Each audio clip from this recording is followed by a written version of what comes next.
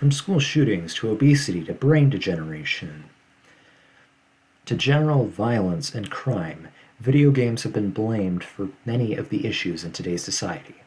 On the surface, it makes sense, but when you look at it, discrepancies are clear. Why don't we take a look at the data which I'm referencing? School shootings and violence are not caused by video games, despite headlines stating otherwise, say variable, peer-reviewed sources. While school shootings have headlines like shooter believed to be under the influence of video game X, it's not based in science, or rather pseudoscience. Allow me to explain. According to the Scientific American, the only basis for this was a scientific study that was done in the 1990s on whether or not somebody would get hot sauce to a person who didn't like spicy food. Hardly the stuff I would base aggression on. Especially more violent stuff. According to Kawashima and Company, and the sources down below, there are no significant increases in aggression, but video games are believed to stimulate brain activity. The study also seemed to suggest that the people themselves are responsible for their own violence, not the video games. Disclaimer or not. It's likely that video games are responsible for making the brains of the players more active, which can be achieved by anything else, not just video games. Football, basketball, both violent sports. Do we need to blame those too? But violence isn't the only issue blamed on video games. There's mental degeneration that they claim too. Mental degeneration also seems like a perfect issue to blame on video games. Seems so simple because they can't focus on learning while playing, right?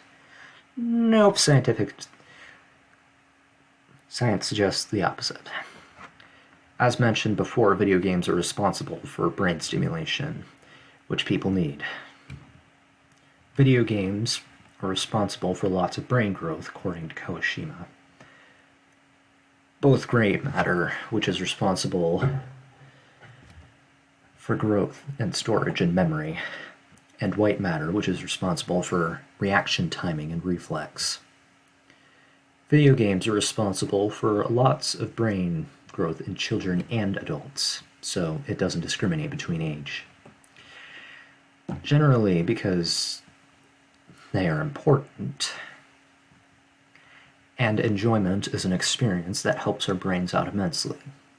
According to Kawashima, both gray matter, which is responsible for this storage of memory, and white matter, which is responsible for reaction timing and reflex, all grow here, from here.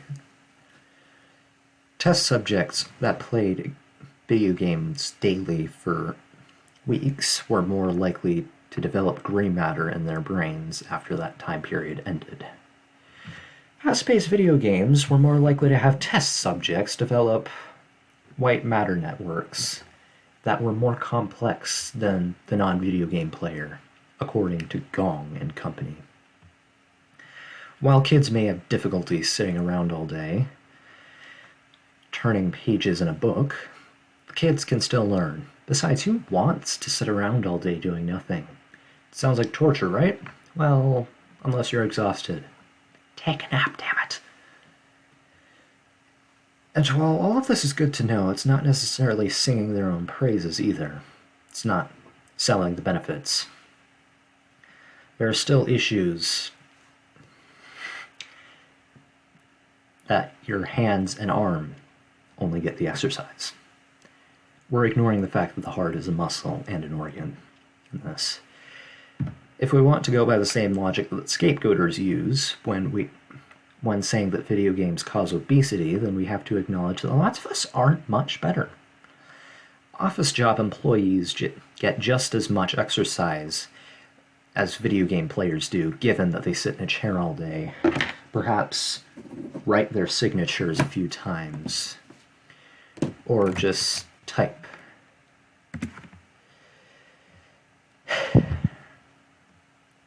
Any of this sound familiar to you, except for the last one? Markey and Company had a meta-analysis that worked on the video game claims. One of them was the obesity claim. They referenced a study that went on obesity claims and video game correlation. They found none, but some gained a pound off of their video game prescription. Sometimes video games make people healthier. They help you overcome issues, like confidence, if you wanted a dating sim, or social awkwardness, if you wanted a role-playing game,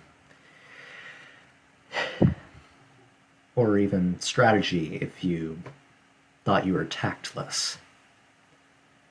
So not only are video games not responsible for the issues placed upon them, but can be actively helpful. I've always felt like video games were important to me growing up. While my own biases may have bled into this speech, I tried my best to say the data out here.